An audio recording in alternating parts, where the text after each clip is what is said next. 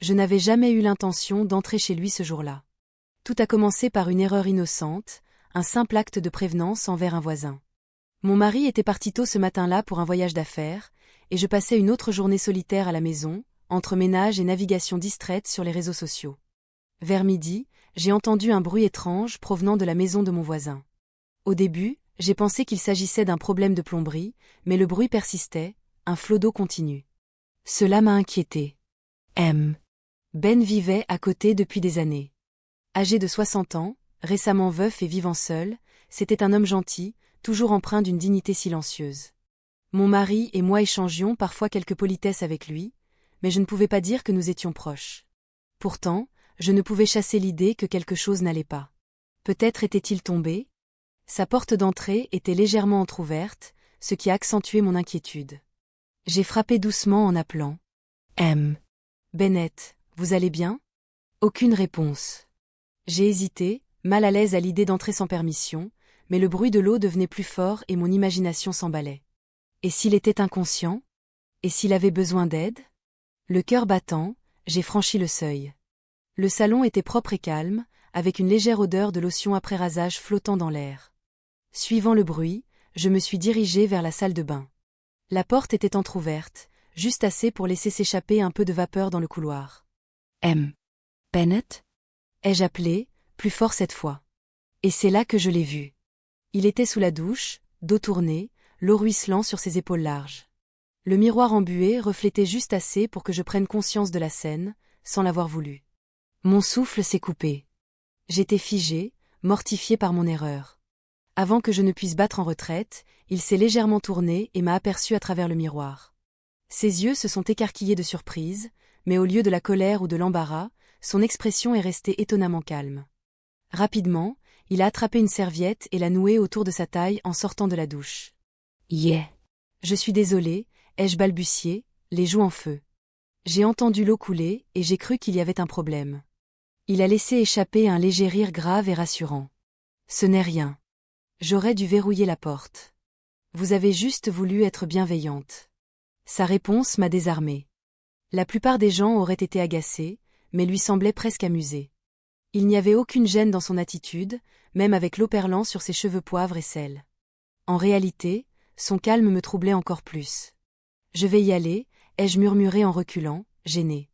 Je ne voulais pas m'imposer. Mais alors que je me retournais, il a dit doucement. Attenders. Merci d'avoir vérifié. C'est rassurant de savoir que quelqu'un se soucie de moi.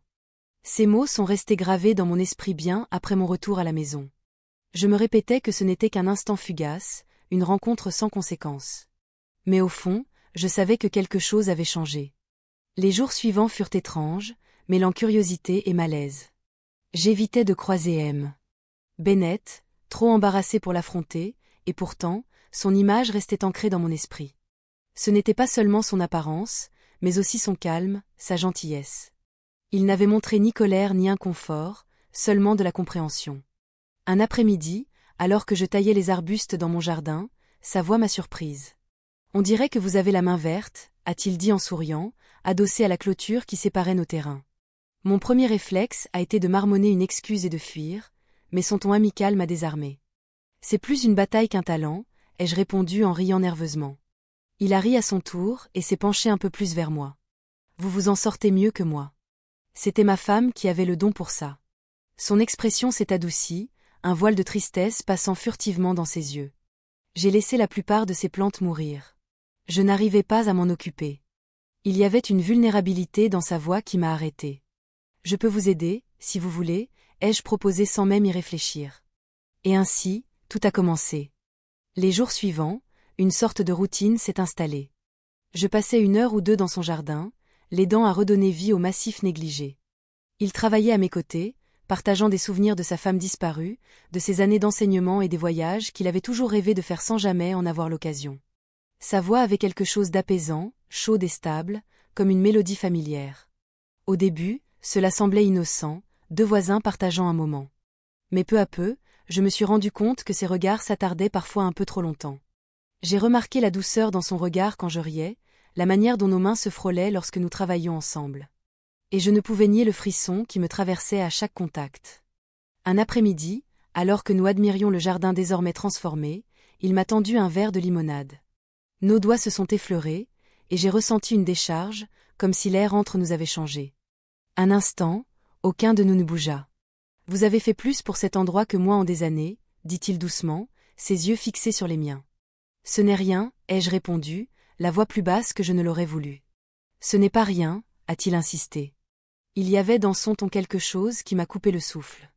J'ai détourné les yeux, essayant d'en rire. Peut-être que vous aviez juste besoin d'un petit coup de main. Ou peut-être que j'avais besoin que quelqu'un me rappelle à quel point il y a encore tant de choses à apprécier dans la vie, a-t-il murmuré, son regard planté dans le mien. Je ne savais pas quoi répondre. Une partie de moi voulait reculer, me rappeler que j'étais mariée, que ce n'était qu'un simple échange entre voisins. La gentillesse, mais une autre partie de moi se sentait attirée par lui, incapable d'ignorer l'étincelle entre nous. La soirée où tout a changé était calme, avec une légère pluie frappant contre les fenêtres. Mon mari m'avait appelé plus tôt, disant que son voyage serait prolongé d'une semaine. J'avais faim de comprendre au téléphone, mais au fond de moi, je ressentais le poids croissant de la solitude pressant contre ma poitrine. Je n'avais pas prévu de me rendre chez M. Bennett ce soir-là, mais d'une manière ou d'une autre, je me suis retrouvée devant sa porte, tenant une assiette de biscuits que j'avais préparée pour me distraire. Lorsqu'il ouvrit la porte, son sourire était chaleureux, ses yeux s'illuminant de surprise en me voyant. « C'est pour moi » demanda-t-il en désignant les biscuits. « Je pensais que ça pourrait vous faire plaisir, » dis-je, me sentant un peu idiote mais incapable de partir. Il m'invita à entrer, et avant longtemps, nous étions assis dans son salon cosy, la chaleur du feu contrastant avec le froid extérieur. Nous parlions comme d'habitude, de tout et de rien, mais ce soir-là, quelque chose était différent. Il y avait une intimité dans l'air que ni lui ni moi n'avions reconnue, mais que nous ressentions tous deux. Quand je posai mon verre sur la table basse, il tendit la main pour l'attraper avant qu'il ne bascule. Nos mains se touchèrent, et au lieu de nous éloigner, nous figeâmes tous les deux. Je levai les yeux et trouvai son regard sur le mien, cherchant, questionnant.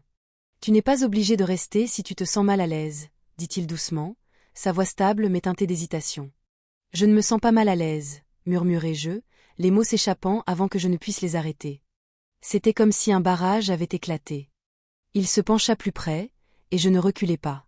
L'espace entre nous se dissipa, et lorsque ses lèvres rencontrèrent les miennes, ce fut d'abord doux, presque prudent, mais le moment s'intensifia rapidement, porté par des mois de désir non exprimés.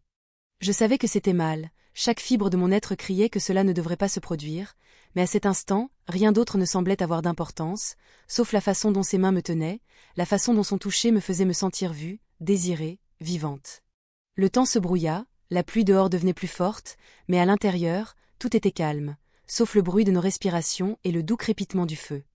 Il s'arrêta un instant, me regardant comme s'il me donnait une chance de m'arrêter, de dire non, mais je ne le fis pas. Lorsqu'il eut fini, nous restâmes en silence, le poids de ce qui venait de se passer nous envahissant. Il prit ma main, la tenant doucement, son pouce effleurant ma peau. « Je n'ai jamais voulu compliquer ta vie, » dit-il doucement. Je ne savais pas quoi répondre, mes pensées étaient un tourbillon de culpabilité et de désir, de peur et d'exaltation. J'aurais dû me sentir honteuse, et une partie de moi l'était, mais une autre partie, une partie que je n'avais pas voulu admettre, se sentait libérée, comme si j'avais enfin brisé une cage dont je ne savais même pas qu'elle existait. Je suis restée plus longtemps que je n'aurais dû ce soir-là, ne partant que lorsque la pluie s'était calmée. En rentrant chez moi, mon cœur était lourd, mon esprit tourbillonnant de questions. Que avais-je fait? Et pourquoi, malgré tout, voulais-je recommencer? Les jours suivants furent flous, remplis de culpabilité et de désir. Chaque regard à mon mari me semblait une trahison, chaque moment seul faisait remonter les souvenirs de cette nuit. Je me suis dit que c'était une erreur, quelque chose qui ne se reproduirait jamais, mais la douleur dans ma poitrine disait le contraire. M. Bennett et moi avons d'abord évité de nous parler, comme si prétendre que cela n'était pas arrivé pouvait l'effacer. Mais le silence entre nous était intenable. Un soir, je me suis retrouvée près de la clôture séparant nos jardins, et il était déjà là, comme s'il savait que je viendrais. J'ai pensé à nous, dit-il doucement, les yeux fixés sur les miens. Et je ne veux pas te faire de mal, ni à ta vie. Moi non plus, répondis-je, bien que ma voix ait vacillé. La vérité, c'est que je ne savais pas ce que je voulais. Il soupira, s'appuyant contre la clôture. J'ai passé tellement d'années seule, à me convaincre que je n'avais besoin de personne, mais toi, tu es arrivé, et je. Il s'arrêta, secouant la tête comme s'il cherchait les bons mots. Je ne m'attendais pas à ça, pas du tout. Je sentis des larmes monter dans mes yeux. Ce n'est pas juste toi, c'est moi qui ai laissé faire, c'est moi qui. Il m'interrompit doucement. Nous sommes tous les deux responsables, mais ce n'est pas juste pour toi, ni pour ton mari. Ces mots auraient dû me soulager, mais ils ne faisaient qu'intensifier la douleur. Alors, que devons-nous faire? Il hésita un instant, puis tendit la main pour saisir la mienne. On avance, on oublie que tout ça a eu lieu. Mais oublier n'était pas aussi facile que de dire ces mots. La tension entre nous ne disparut pas.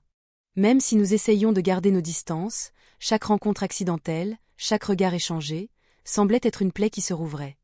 Mon mari, ignorant du tumulte intérieur, poursuivait sa routine, me laissant plus seule que jamais. Un soir, mon mari m'a demandé pourquoi je semblais si distante ces derniers temps. Sa question m'a prise au dépourvu et, pendant un moment, j'ai pensé lui tout avouer, mais la peur de tout perdre m'en a empêché. À la place, j'ai menti, en disant que j'étais juste fatiguée, que la vie était stressante. Il a accepté ma réponse sans insister davantage, mais le poids du mentir est resté en moi. M. Bennett, fidèle à sa parole, a commencé à s'éloigner. Il a cessé de venir à la clôture, a cessé de m'inviter. Cela m'a fait plus de mal que je ne l'avais imaginé, mais je me suis dit que c'était pour le mieux.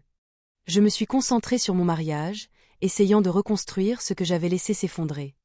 Pourtant, de temps en temps, j'apercevais un instant de lui dans son jardin et mon cœur se serrait de nouveau.